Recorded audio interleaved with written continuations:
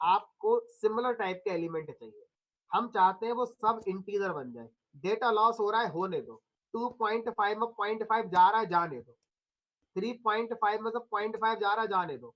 लेकिन हम चाहते हैं एरे इंटीजर ही बनना चाहिए, इंटीजर के अलावा कुछ और बनना ही नहीं चाहिए। तो क्या कोई तरीका है? आंसर इज यस, तरीका है। क्या तरीका है? जब आप numpy dot array function use करते हैं तो इस फंक्शन में पहला आर्गुमेंट होता है सीक्वेंस। सीक्वेंस का मतलब होता है रेंज, लिस्ट, टपल। ठीक। दूसरा आर्गुमेंट आप पास कर सकते हैं, दूसरा आर्गुमेंट यहां पर होता है हमारा डी टाइप। जो डी टाइप आर्गुमेंट होता है, इस आर्गुमेंट के थ्रू आप यहां बता सकते हैं कि आपको किस टाइप के एलिमेंट्स एरे के अंदर रखने हैं। वो अपनी तरफ से जो बाय डिफॉल्ट कर रहा था वो हमारा सपोर्ट नहीं। मैं लिख दे यहां पर D type is equal to, अब डी टाइप की वैल्यू लिखोगे क्या? क्योंकि आज तक हमने पाइथन में कभी डी डेटा टाइप तो लिखा ही नहीं। पाइथन में जब भी हमने बनाया वेरिएबल तो हमने तो सीधा x इक्वल टू 10 कर दिया, कभी नहीं बताया कि x इंटीजर है या फ्लोट है। लेकिन आज जरूरत पड़ रही है बताने की। क्या बताने की जरूरत है? कि भाई इस एरे के अंदर जो एलिमेंट है वो इंटीजर रख दो। तो बताएं कैसे? तो फिर नमपाई ने इसका निकाला solution.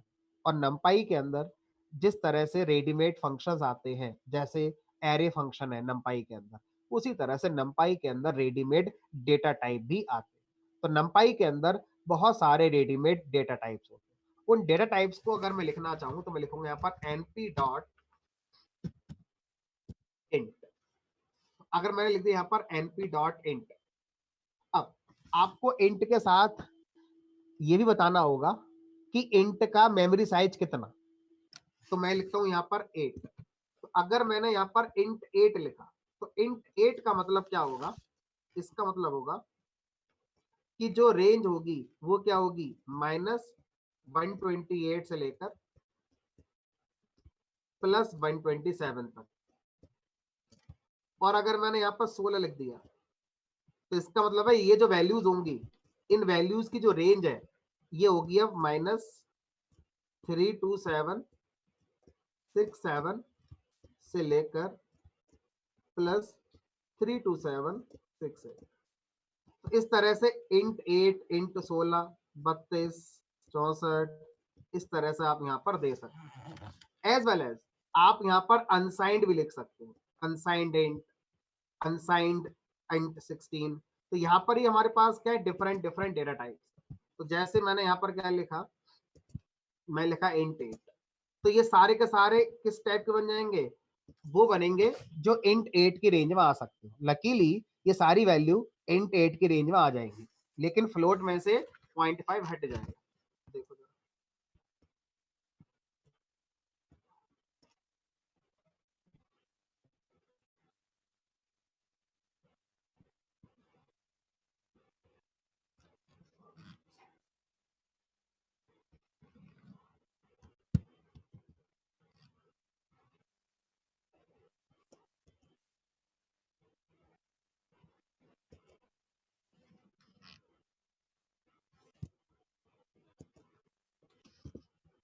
Heat type TYPE।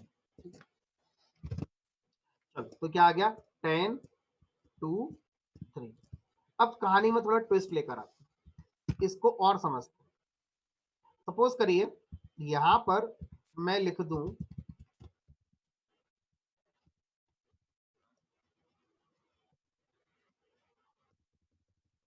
10 -2 5 -4। Negative value भी है, पॉजिटिव वैल्यू भी है। यू, यू मतलब अनसाइंड। अनसाइंड का मतलब है सिर्फ पॉजिटिव वैल्यूज आएंगी, नेगेटिव वैल्यू अब नहीं आएंगी इसमें। तो देखो क्या हो,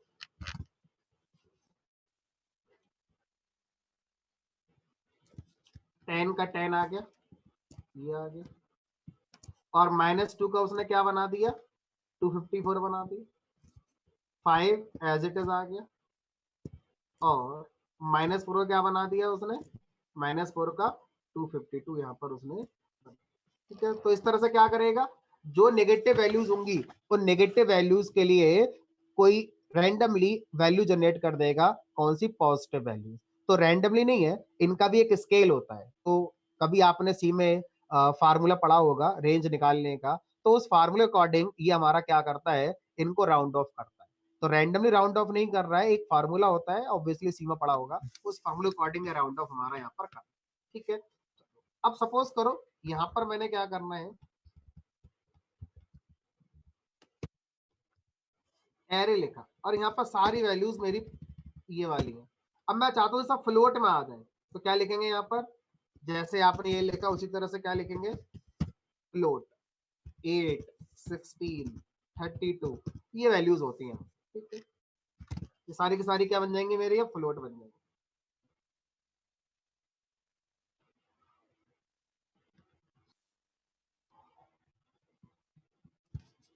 एक बार चेक करो जरा,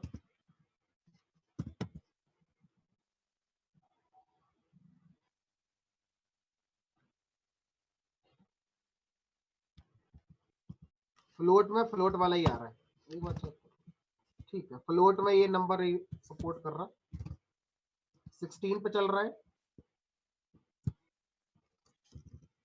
32 पे चल रहा है, 64 पे चल रहा है। ठीक है, यानी कि फ्लोट में 8 नहीं है, फ्लोट हमारा कम से कम 16 बिट्स का होगा, मिनिमम फ्लोट 16 बिट्स का है। तो सर ये बताओ, ये सारी चीजें आप कहाँ से लेकर आओगे, हमें पता कैसे लेंगी क्या क्या लिख सकते हो डी टाइप की वैल्यू। ठीक है, तो बड़ा आसान तरीका है, डी टाइप की वैल्यू आपको पता करनी है क्या क्या लिख सकते हो। तो दो तरीके हैं, पहला तरीका है कि यहाँ पर हेल्प में जाओ और यहाँ पर देखो ये आ रहा है हमारा नंपाई रेफरेंस, नंपाई रेफरेंस में जाओ और यहाँ पर देखो ये आएगा डॉक्स, डॉक्स के अंदर यूजर गाइड, यूजर गाइड के अंदर ये आएगा नंपाई बेसिक, नंपाई बेसिक के अंदर पहले टॉपिक है डेटा टाइप्स। ये सारे डेटा टाइप्स यहाँ पर क्लिक करा, np dot byte, ubyte, short, ये सब हमारे इलेक्टर है। आप इनका यूज अपना कर सकते हैं, यहाँ से सारे के सारे आप अपने पता कर सकते हैं।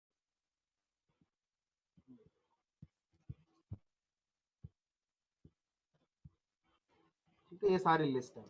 तो सर ऐसे बार बार जाना पड़ेगा किताब खोलने के लिए, ऐसे तो बहुत समय लग जाएगा प्रोग्राम बनाने में, हर चीज को पढ़ने के लिए रेफरेंस में जाएंगे ढूंढेंगे, तो आधे से ज्यादा लोग तो ढूंढ भी नहीं पाएंगे।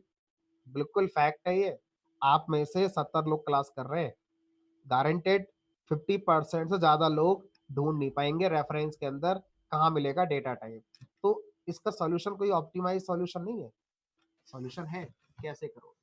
नंपाई के अंदर अगर कोई वेरिएबल या कोई फंक्शन आपको पता करना है, तो आपको क्या करना है, अपने कोड सेल में आइए और लिखिए एनपी, उसके बाद डॉट लगाइए, डॉट के बाद आप क्या करिए, टैब दबा दीजिए। जैसे ही आप टैब दबाएंगे, नंपाई के अंदर जितने वेरिएबल, जितने फंक्शंस, जितने डेटा टाइप, जो जो फीचर है, सबकी लिस्ट अपने आप आ जाएगी, आपको कहीं जाने की जरूरत नहीं। जैसे ही आप एनपी डॉट के बाद लिखेंगे, अल्फा बीटा के ऑर्डर में सारे आने शुरू हो जाएंगे, ए बी सी डी के ऑर्डर में। जैसे अब मुझे पता था इंट है, तो इंट में मुझे नहीं पता 8 होता है, 16 होता है, क्या होता है, तो आई तो लिख सकते हो कम से कम। जैसे आप लिखोगे np डॉट आई से शुरू होने वाले सारे वेरिएबल आने शुरू हो जाएंगे, और वो भी आ जाएगा जो आप ढूंढ रहे थे, इंट 16, 32, 64, 8 सारे। इसी तरह से फ्लोट वाले ढूंढने हैं, फ्लोट वाले आ जाएंगे, np डॉट एफ दबाओगे तो ये आ गए फ्लोट वाले, आप यूज कर सकते हैं। देखो फ्लोट कम से कम इतने पर आ रहा है।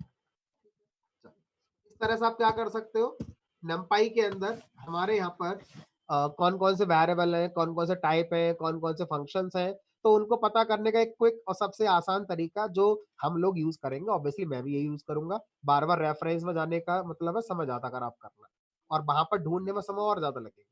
तो एक क्विक वे है, जुपिटर की हेल्प आप ले सकते हैं इस तरह से।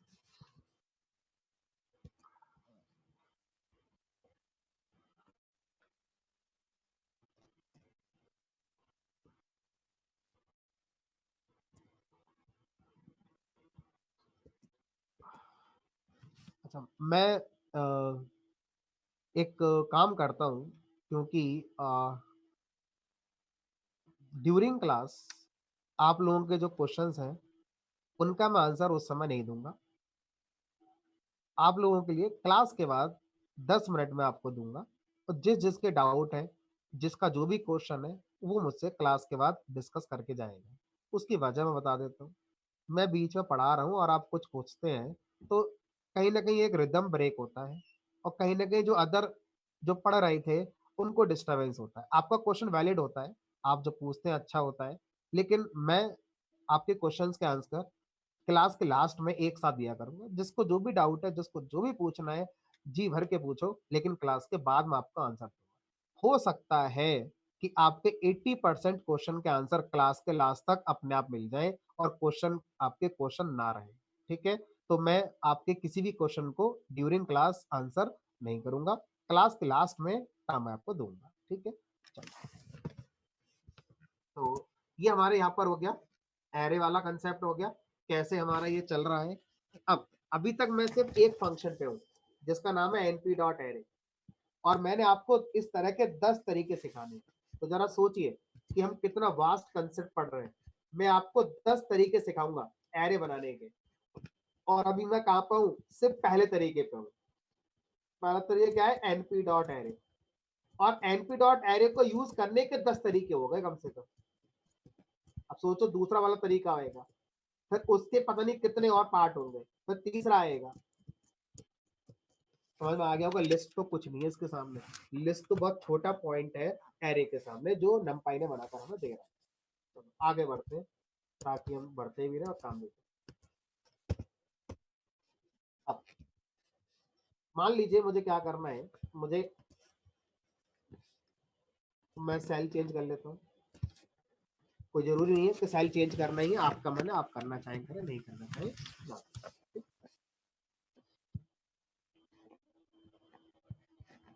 तो दूसरा तरीका देखते हैं एरे बनाने का। मैं चाहता हूं कि मेरा एरे बने, और बिना लिस्ट, बिना रेंज, बिना टपल के बने।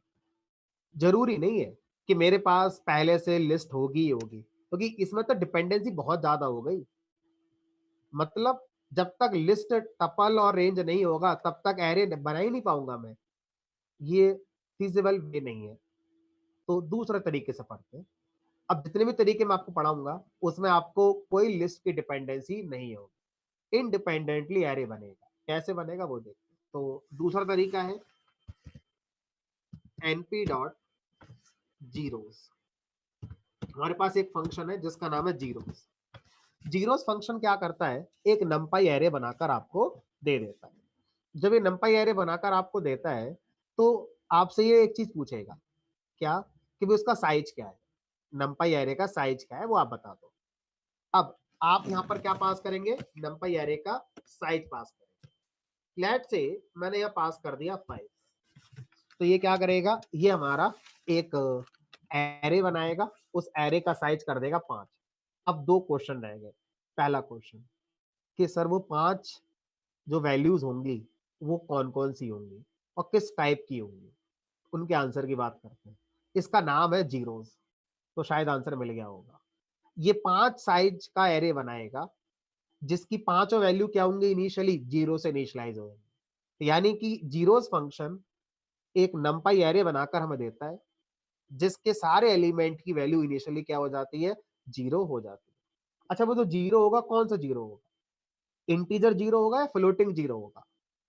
तो बाय डिफॉल्ट नमपाई के जो फंक्शंस हैं, वो अटेम्प्ट करते हैं फ्लोट पे जाने के लिए, क्योंकि फ्लोट में एक्यूरेसी ज्यादा होती है देन इंटीजर।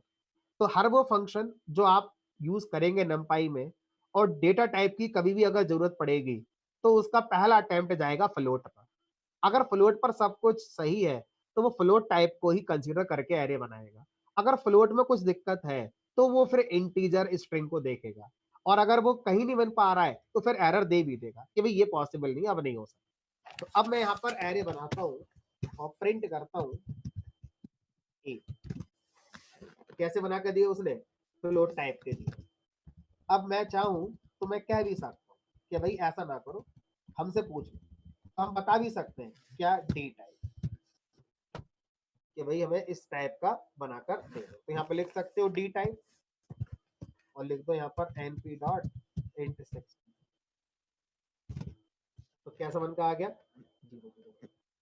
अब इस बात पर अभी हम डिस्कशन बाद में करेंगे कि सर इसमें वैल्यू कैसे रखी जाएंगे। अभी मैं आपको वो सारे तरीके पहले सिखा दूं जिससे एरे बनाया जा सकता है, उसके बाद मैं एरे पर ऑपरेशन करना बिल्कुल सिखाऊंगा। एरे की वैल्यू को अपडेट करना, यूजर से लेकर ऐड करना, डिलीट करना, सब कुछ करेंगे जैसे हम लोग करते आ रहे हैं। इवन हम नंपाई 2D एरे पढ़ेंगे, 2D एरे में मैट्रिक्स बनेगी, मैट्रिक्स मल्टीप्लीकेशन करेंगे, सारे काम करेंगे। तो अभी फिलहाल हम आगे बढ़ते हैं। अगला फंक्शन देखो, जिस तरह से जीरोस फंक्शन है उसी तरह से एक फंक्शन है वंस। तो वंस फंक्शन क्या करेगा, एक एरे बनाएगा जिसके हर एलिमेंट को 1 से इनिशियलाइज कर देगा। आपको सिर्फ क्या देना है, साइज देना है। आपको सिर्फ क्या देना है, साइज देना है कि आपका ये साइज क्या है। मैंने दे दिया 5, अब कुछ भी दे सकते हैं साइज, तो हर वैल्यू क्या हो गई 1 आ गई। इसी तरह से यहाँ पे क्या दे सकते हो, डी टाइप आप दे सकते हो। अब मैं डी टाइप को लेकर बहुत ज्यादा कोड नहीं लिखूंगा क्योंकि वो आपको समझ में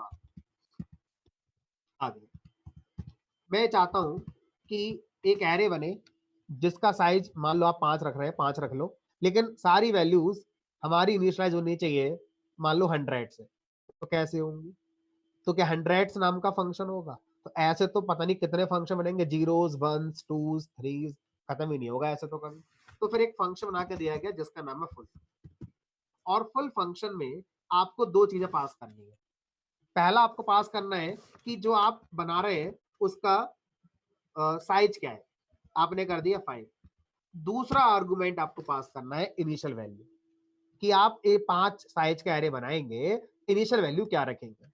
अब जो इनिशियल वैल्यू है वो आप जो रखेंगे वही हमारी हो जाएगी। इंटीजर रखेंगे तो वही वैल्यू इंटीजर बनकर 5 में आ जाएगी। फ्लोट रखेंगे तो जो आप रखेंगे वो आ जाएगी। तो आपने 100 रख दिया तो हर एरे की सारी वैल्यूज क्या होगी, हमारी 100 हो गई। अगर आप कर दोगे 100.3, सारी वैल्यू 100.3 हो जाएगी। तो यहाँ पर डी टाइप का कॉन्सेप्ट नहीं है, यहाँ पर आपको बताना है कि आप, ये हो गया साइज और ये क्या हो गया, initial value. First argument is size, second argument is your initial value. आगे आगे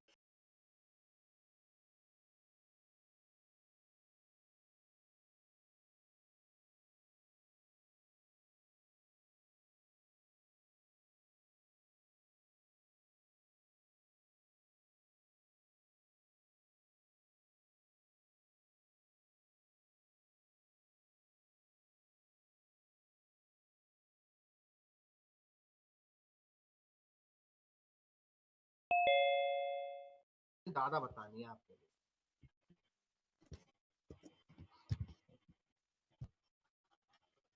ये अब इसी काम को मैं ऐसे भी कर सकता हूँ और फिर आप क्वेश्चन पूछना कि सर फिर दोनों में डिफरेंस क्या है, और उसका आंसर मैं आपको ऑब्वियसली दूंगा ही।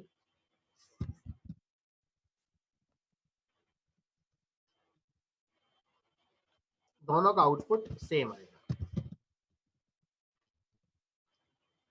ठीक है, तो डिफरेंस देखो, डिफरेंस है कि ये ए रेंज अपने आप में एक फंक्शन है, किसका, नमपाई। और रेंज नमपाई का फंक्शन नहीं है, रेंज पाइथन की लाइब्रेरी का फंक्शन है जिसको आप कहीं भी इस्तेमाल कर सकते हैं, उसका नमपाई से कोई मतलब नहीं है। हाँ, वो अलग बात है कि वो नमपाई के साथ भी यूज किया जा सकता है एज आर्गुमेंट। अब ये जो रेंज फंक्शन है, ये ऐसा नहीं कह सकता कि आप 1 से शुरू करो और 1.8 पे खत्म कर दो, क्योंकि रेंज फंक्शन के जो आर्गुमेंट होते हैं वो कैसे होते हैं, तीनों के तीनों इंटीजर। ए रेंज फंक्शन का दूसरा डिफरेंस, पहला डिफरेंस तो नॉन टेक्निकल है कि ए रेंज नमपाई का पार्ट है और रेंज पाइथन का पार्ट है, ये तो प्रोग्रामिंग डिफरेंस नहीं हुआ, सिर्फ लिखने वाला डिफरेंस होगा। टेक्निकल डिफरेंस यही है कि यहाँ पर आप क्या पास कर सकते हैं, यहाँ पर आप पास कर सकते हैं 1 से लेके 1.9 तक, यानी कि फ्लोटिंग टाइप का आर्गुमेंट पास कर सकते हैं। और स्टेप कितने का लो, 0.1। तो 1 से लेके 0.1 का स्टेप लेते हुए कहां तक जाएंगे, 1.9 तक जाएंगे। ये यहाँ पर हो सकता है। हर आर्गुमेंट कैसा हो सकता है, हर आर्गुमेंट यहाँ पर फ्लोट हो सकता है, हर आर्गुमेंट इंटीजर, यानी ए रेंज फंक्शन इंटीजर और फ्लोट दोनों तरह के आर्गुमेंट पे काम करता है। रेंज फंक्शन सिर्फ इंटीजर आर्गुमेंट पे काम करता है। रेंज फंक्शन पाइथन का फंक्शन है, ए रेंज फंक्शन नंपाई का फंक्शन है। इतना ही डिफरेंस है, इससे ज्यादा कोई डिफरेंस नहीं। आप क्या कर सकते हैं, अरेंज फंक्शन का यूज करके भी numpy एरे को अपना बना सकते। आगे बढ़ते अगला तरीका देखो। अगला तरीका है यहाँ पर एरे बनाने का, a dot np dot linear space, np dot linear space.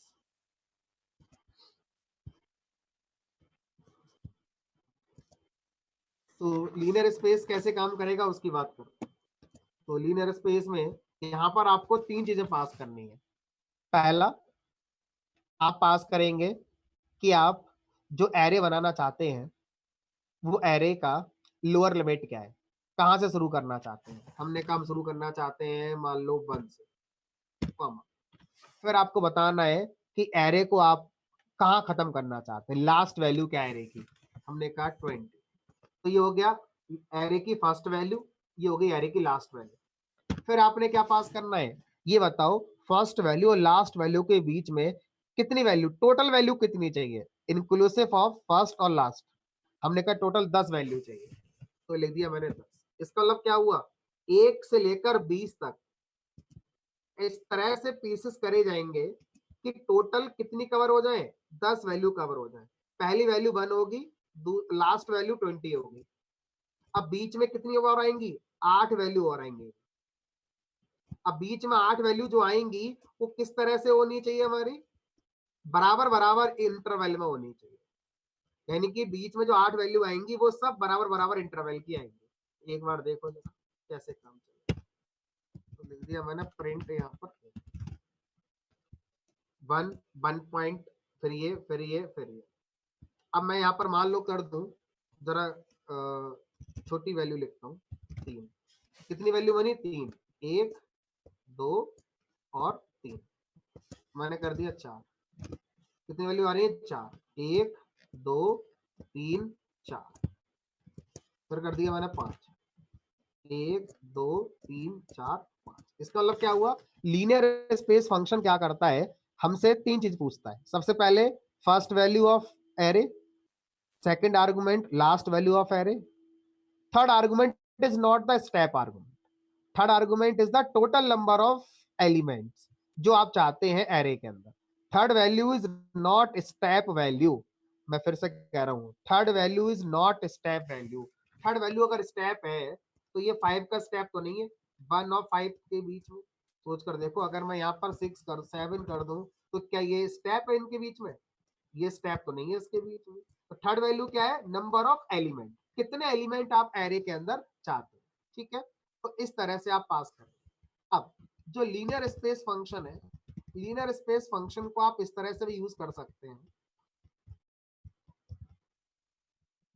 कि आप चाहते हैं कि ये वाली जो वैल्यू है ये एक्सक्लूसिव रहे, तो आप यह पास कर सकते हैं एक आर्गुमेंट जिससे आप पता कर सकते हैं एंड पॉइंट, जिसकी वैल्यू क्या कर दीजिए यहाँ पर फॉल्स। एंड पॉइंट फॉल्स करने का मतलब होगा कि ये जो 20 है ये एक्सक्लूसिव हो जाएगा, ये आपका अब नहीं आएगा। ठीक है, मैं छोटा डिस्ट्रीब्यूशन करता हूं जिससे आपको समझ में आए। ये देखो 20 नहीं आया लास्ट वाले, और जब एंड पॉइंट की वैल्यू मैं ट्रू कर दूंगा, देखो 20 आ गया। ठीक है, तो बाय डिफॉल्ट जब मैं एंड पॉइंट नहीं लिखता हूं तो इसकी वैल्यू क्या होती है, ट्रू होती है। आप एंड पॉइंट लिखें या ना लिखें, इसकी वैल्यू क्या होगी हमारे यहाँ पर, ट्रू। ठीक, तो ये कहानी होगी हमारे लीनियर स्पेस की। लेकिन एक पॉइंट और रह जाता है, एक पॉइंट ये रहता है कि जब आप ये पास नहीं करते कि कितने साइज का एरे चाहिए, तीसरा आर्गुमेंट होता है साइज। तो जब आप ये पास नहीं करते कितने साइज का एरे चाहिए, तो बाय डिफॉल्ट ये हमारा 50 साइज का एरे बनाता है। तो डिफॉल्ट वैल्यू जो साइज की होती है लीनियर स्पेस फंक्शन के अंदर ये होती है 50। यानी कि 1 पहली वैल्यू, 20 आखिरी वैल्यू, और टोटल एलिमेंट कितने होंगे एरे के अंदर, 50 होंगे। देखें इसको,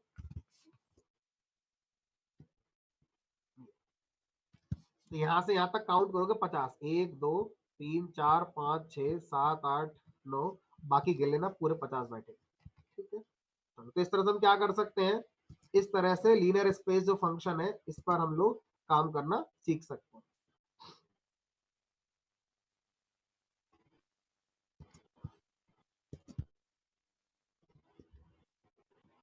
आगे बढ़ते हैं।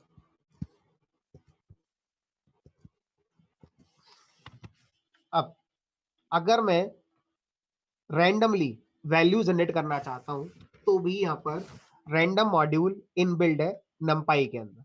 एक तो रैंडम मॉड्यूल आपने पढ़ा था पाइथन का, एक रैंडम मॉड्यूल numpy के अंदर भी होता है, एक रैंडम मॉड्यूल numpy के अंदर भी होता है। तो यहाँ लिखेंगे equal to np dot print, print में np डॉट रैंडम डॉट।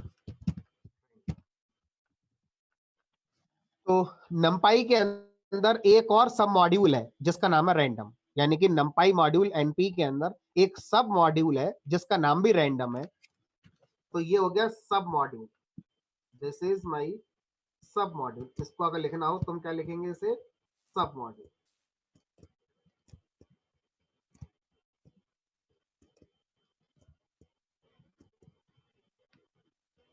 ठीक है, और ये क्या है हमारा, ये है इस सब मॉड्यूल का एक फंक्शन, ये इसका एक फंक्शन। ठीक है, अब ये क्या करता है, ये फंक्शन हमारे लिए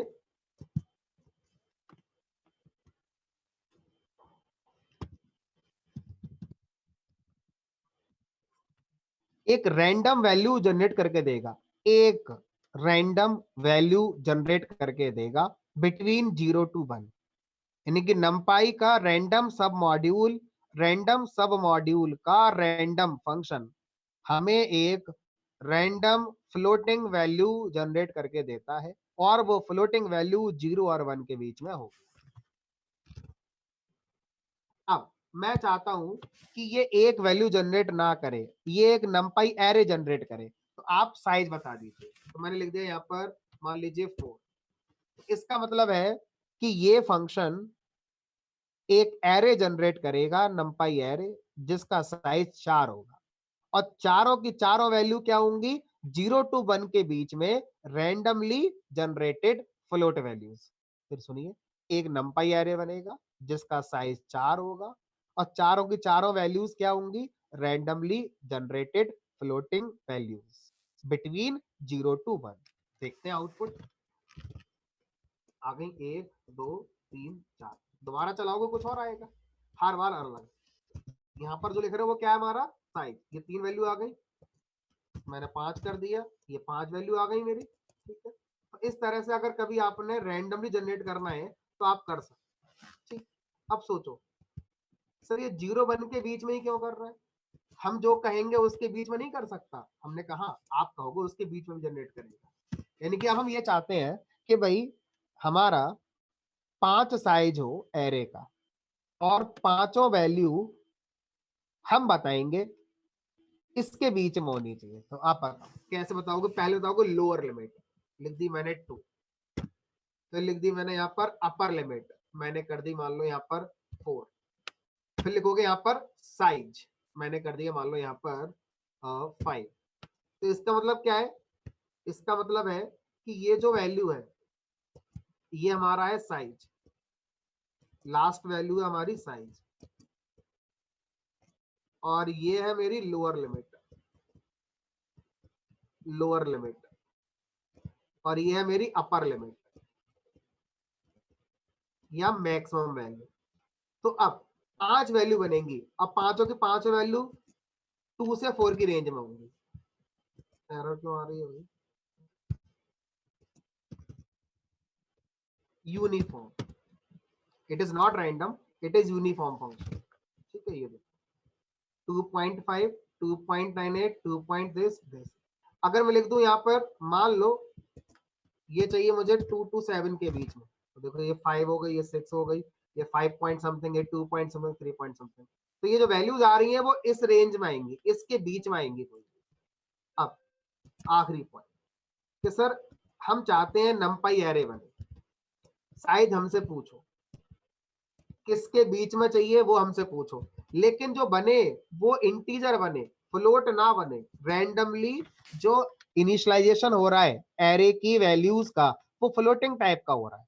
इंटीजर टाइप का नहीं हो सकता? Answer yes. कैसे लिखोगे? यहाँ लिखोगे रैंड इंट। ये फंक्शन क्या करेगा? 5 साइज का एरे बनाएगा और हर वैल्यू किस किस के बीच में होगी? जो आपने यहाँ लिखा होगा उसके बीच की। ठीक है, जो लिख दोगे, जितना बड़ा लिख दोगे उतनी ज्यादा रेंज हो जाएगी। आप बताओ आपने क्या लिखनी है? नेगेटिव भी लिख सकते, नेगेटिव पॉजिटिव कुछ भी लिख सकते। ठीक है, तो बस आपने ध्यान रखना है। लेकिन अगर आपने ऐसा कर दिया तो फिर क्या बन कर आएगा? एरर आएगी, क्योंकि इस रेंज में तो कुछ बन ही नहीं सकता। ठीक है, तो ये आपको ध्यान रखना है इस बात का कि जब आप दे रहे हो तो ये लोअर लिमिट है, ये आपकी अपर लिमिट, स्लाइसिंग नहीं है ये answer, lower limit upper limit. तो जितने भी हमने यहाँ पर इंडेक्स आर्गुमेंट दिए हैं पोजीशन पर, ये लोअर लिमिट अपर लिमिट, तो उसमें नेगेटिव पॉजिटिव वैल्यू डालना होता है। हम नेगेटिव पॉजिटिव वैल्यू कहीं भी लिख सकते हैं, लेकिन कंसेप्चुअली अगर वो वैलिड है तो आउटपुट आएगा, अगर वो इनवैलिड है तो आउटपुट नहीं आएगा। चाहे वो हमारा लीनियर स्पेस फंक्शन है, चाहे हमारा रेंडेंट फंक्शन है, चाहे यूनिफॉर्म फंक्शन है, कोई सा ही फंक्शन हमारा ये हो सकता है। ठीक है, चलो, तो आज के लिए अभी हम इतना रखेंगे, क्योंकि अभी मेरे पास 6 मिनट है। तो जिन लोगों का जो डाउट है उनके डिस्कस करेंगे।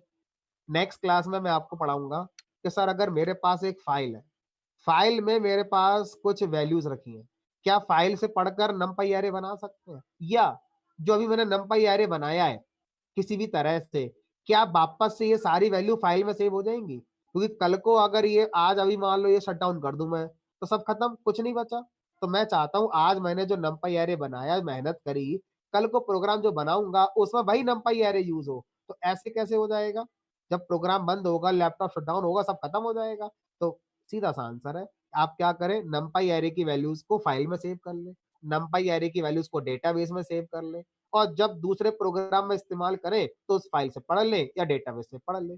तो आपको मैं दोनों चीज सिखाऊंगा, नमपाई फाइल के साथ सिखा दूंगा, और जैसे से आगे बढ़ेंगे, जैसे जैसे आपकी प्रैक्टिस अच्छी होती जाएगी जुपिटर पे, फिर आपको बीच में डेटाबेस भी इंट्रोड्यूस कर दूंगा। आप में से काफी लोगों का माई सिक्वल इंस्टॉल नहीं होगा, 90% लोगों का माई सिक्वल इंस्टॉल नहीं होगा। तो अभी हमारे पास 8 से 10 क्लास होंगी उस पॉइंट पर पहुंचने की, जहां पर हम माई सिक्वल का यूज फिर से करेंगे दोबारा। तो जिसका नहीं है वो माई एसक्यूएल को जब तक अपना इंस्टॉल कर ले, परफेक्ट कर ले। ठीक है, चलो, तो अब बाकी लोग जिनका कोई डाउट नहीं है, जिनका कोई क्वेश्चन नहीं है, वो एग्जिट कर सकते हैं। नेक्स्ट क्लास हमारी जो होगी ट्यूसडे को 2 बजे होगी। जो लोगों ने आज ज्वाइन किया है, शायद 1-2 लोग ही हैं ऐसा जिन्होंने आज ज्वाइन किया होगा, वो लोग मुझे मैसेज कर दें और मैं उनको ग्रुप में ऐड कर दूंगा। नंबर वही है जो मैंने कल बताया था, फिर से देख लो जो लोग नहीं आए थे उनके लिए। नंबर है 9210648013। ठीक है, इस नंबर पर व्हाट्सअप कर देना और उसमें लिख देना add me in 2 to 3:30 batch. ठीक है, मैं आपको ऐड कर दूंगा। चलो, तो बाकी लोग जा सकते हैं, एग्जिट कर सकते हैं, और जिनके जो भी डाउट है वो रुकें, अपने डाउट क्लियर करके ही जाएं। ठीक,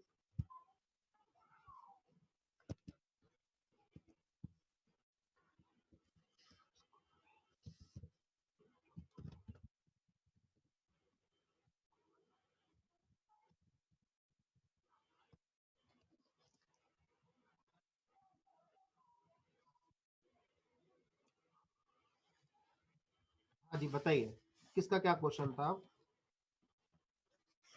लवकेश, अ, ऐसा कोई काम ना करें जिससे मैं आपको यहाँ से रिमूव कर दूं और दोबारा आप ज्वाइन ना कर पाए। बाई मिस्टेक कुछ हो रहा है तो वेल एंड गुड, और अगर आप जानबूझकर कर रहे हैं तो फिर प्रॉब्लम होगी आपके लिए। ठीक है, जो आपने अभी एरो बनाया है ना। चलो, तो क्वेश्चन है, क्या क्या पूछ रहे थे आप लोग? चलो कोई बात नहीं। सपना का क्वेश्चन है, सर प्लीज एक बार पाथ सेट करना बता दीजिए जो परसों बताया था आपने। पाथ सेट करना मैंने नहीं बताया था। किस चीज का पाथ सेट करना है सपना, मुझे एक बार बताओ। जुपिटर का तो मैंने कोई पाथ सेट करना बताया नहीं था।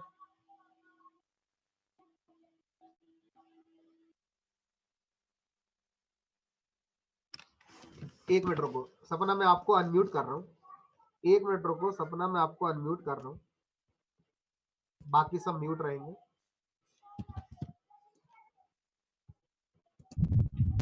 हाँ, बोलो क्या पूछ रही सर सपना?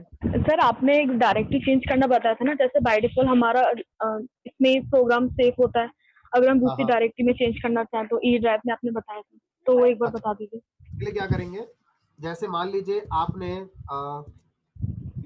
इस फोल्डर के अंदर बनाना है, ये फोल्डर है मान लो, इसमें आपको बनाना है, तो आप इस फोल्डर के एड्रेस बार में जाइए और एड्रेस बार में जो भी लिख कर आएगा उसे डिलीट करिए और यहाँ लिख दीजिए CMD। तो जिस फोल्डर में आप जुपिटर को लॉन्च करना चाहते हैं, पहले आप उस फोल्डर में जाइए, उस फोल्डर के एड्रेस बार में जाके जो भी लिख कर है उसे डिलीट कर दीजिए, वहां पर लिखिए CMD, आपका कमांड प्रॉम्प्ट आ जाएगा। फिर यहाँ पर टाइप करेंगे Jupyter is lab, then enter hit कर दीजिए। तो आपका जो भी जुपिटर ओपन होगा, अब जितनी भी नोटबुक फाइल बनेंगी वो सारी की सारी इसी लोकेशन पर सेव होती रहेगी।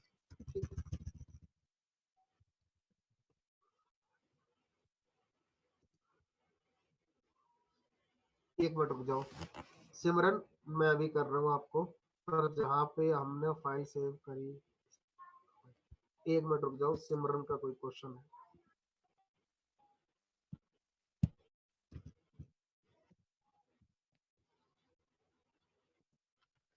हाँ सिमरन पूछो, क्या पूछना है? सर जो हम लिस्ट क्रिएट करते हैं, क्या करते हैं? लिस्ट क्रिएट करते हैं, लिस्ट के अंदर हाँ एक और लिस्ट अगर हम बनाते हैं तो उसके हाँ, हर एक मेमोरी, जो उसका हर एक ब्लॉक होता है उसका साइज भी अलग होता है। जो हम लिस्ट के अंदर नेस्टेड लिस्ट बनाते हैं, उसके डिफरेंट होते हैं। रिपीट करो, वॉइस बहुत ब्रेक हो गई थी। जैसे हम लिस्ट हर एक ब्लॉक उसका भी तो डिफरेंट होता है साइज, लेकिन जो एक एक लिस्ट मिनट रुको, मैं बनाते हैं दोबारा उसका आपको, जो, एक मिनट रुको।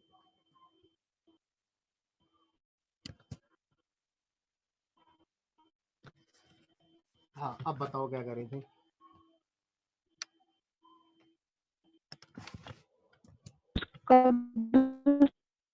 डिफरेंट होता होगा। आपकी सिमरन ना वॉइस बहुत ज्यादा ब्रेक हो रही है।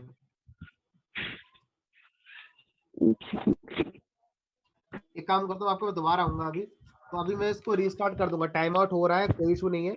जिसका जो भी डाउट है कंप्लीट करके जाइएगा, रीस्टार्ट मैं भी कर दूंगा, और वही लोग ज्वाइन करें जिन्हें कोई डाउट है, ठीक है, बाकी लोग जा सकते हैं, सबको मौका मिलेगा।